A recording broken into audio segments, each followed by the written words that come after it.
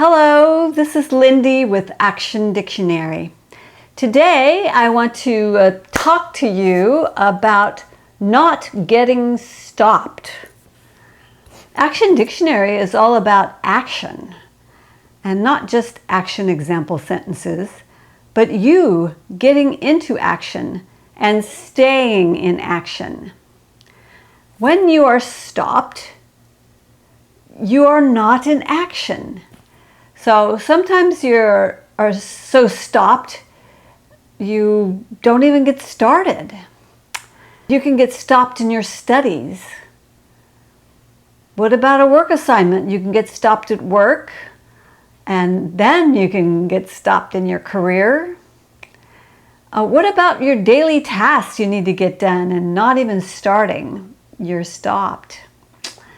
Oh, and how about goals in life? Any stops there? Yeah, we can be really involved with stops. So there are a lot of different reasons and excuses for being stopped, but nobody's talking about this one of them, which is actually big and affects a lot of things, and nobody is suspecting this as that much of a stop in their life. So I'm going to talk about it. I'm going to tell you a few stories.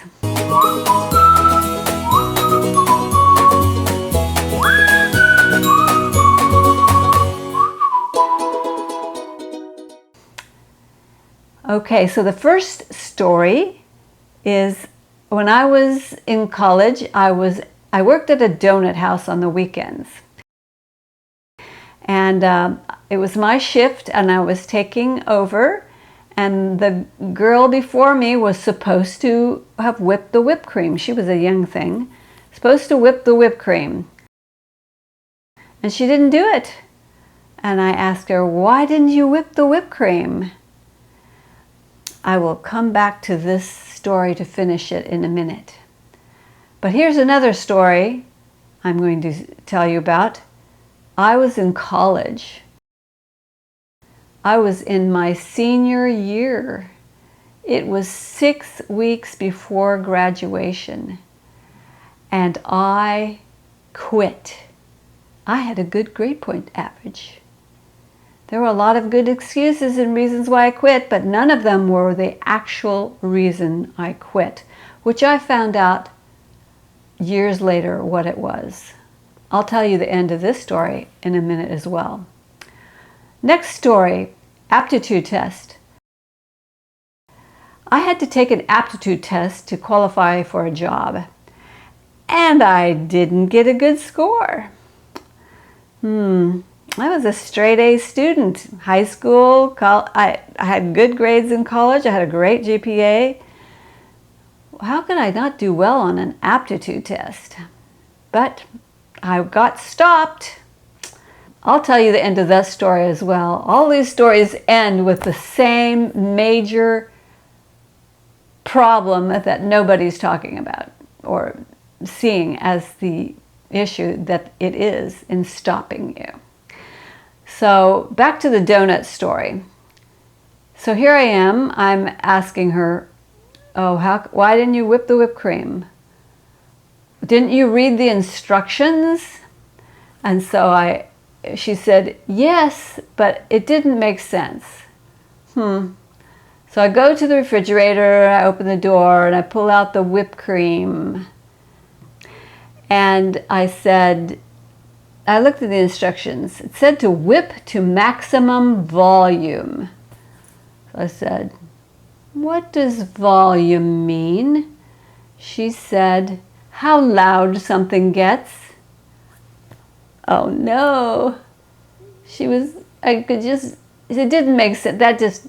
She couldn't see herself listening to the whipped cream as it's whipping to the loudest sound it could make. But volume also means how much space it takes up. So, with whipped cream, it starts out just a little bit of space, and then it gets bigger and bigger and bigger, and then it doesn't get big anymore. So that would be maximum volume. Anyway, That word stopped her. And then to college. Like I said, there were a lot of good reasons and excuses, that none of which were the actual reason I quit college. Now, I gave these reasons and excuses to my parents. It's like, I have too much credit load. I can't get it all done. It's too much. I felt overwhelmed.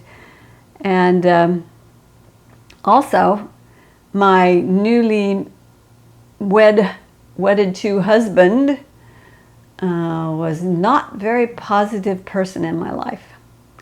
So I felt depressed. So that's a good excuse, right, to quit college? But years later, I found out the exact point I decided to quit. And it was when I was given an English literature assignment to do a literary analysis. Well, I thought I understood what analysis meant. You know, it's like, well, you think about it. There's something you think about. But that's about it was a very vague definition. Clearly not something I could put into action. And so I couldn't do it. I couldn't get this thing done. And it sent me over the cliff. And I quit because of that stupid word, which I thought I knew, but didn't. So that was sad. Aptitude test. Okay. It said, one of the questions was, put a check by the best design. You know, so they had this figure and the different designs. I was supposed to put a check by it. I put it above the design. By is next to. So, didn't get a job. I was stopped.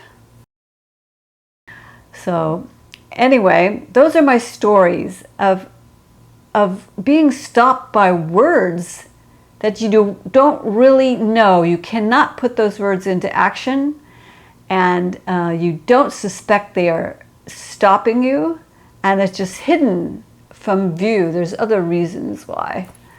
So I just don't want that to happen to you.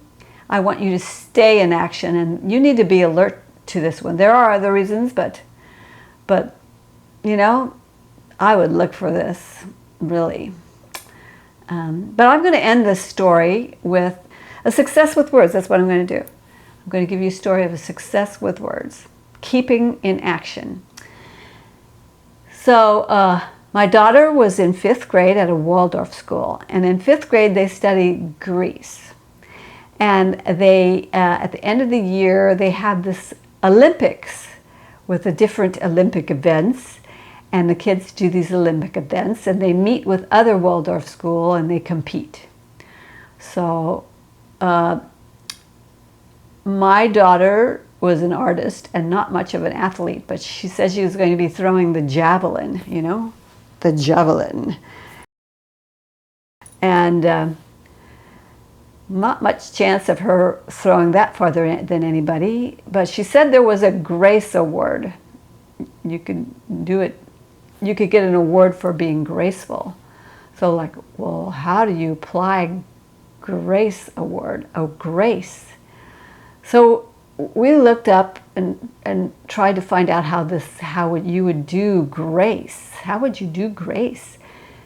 Well, we came up with smooth. It said elegant, but that's like, how do you do elegant? It was beautiful. It was like, had to be smooth and beautiful. Smooth and beautiful. So when she came back, she had won the Grace Award. So that's what you can do with really understanding words at an action level. That's the best way to go. And really, you can get yourself and stay in action.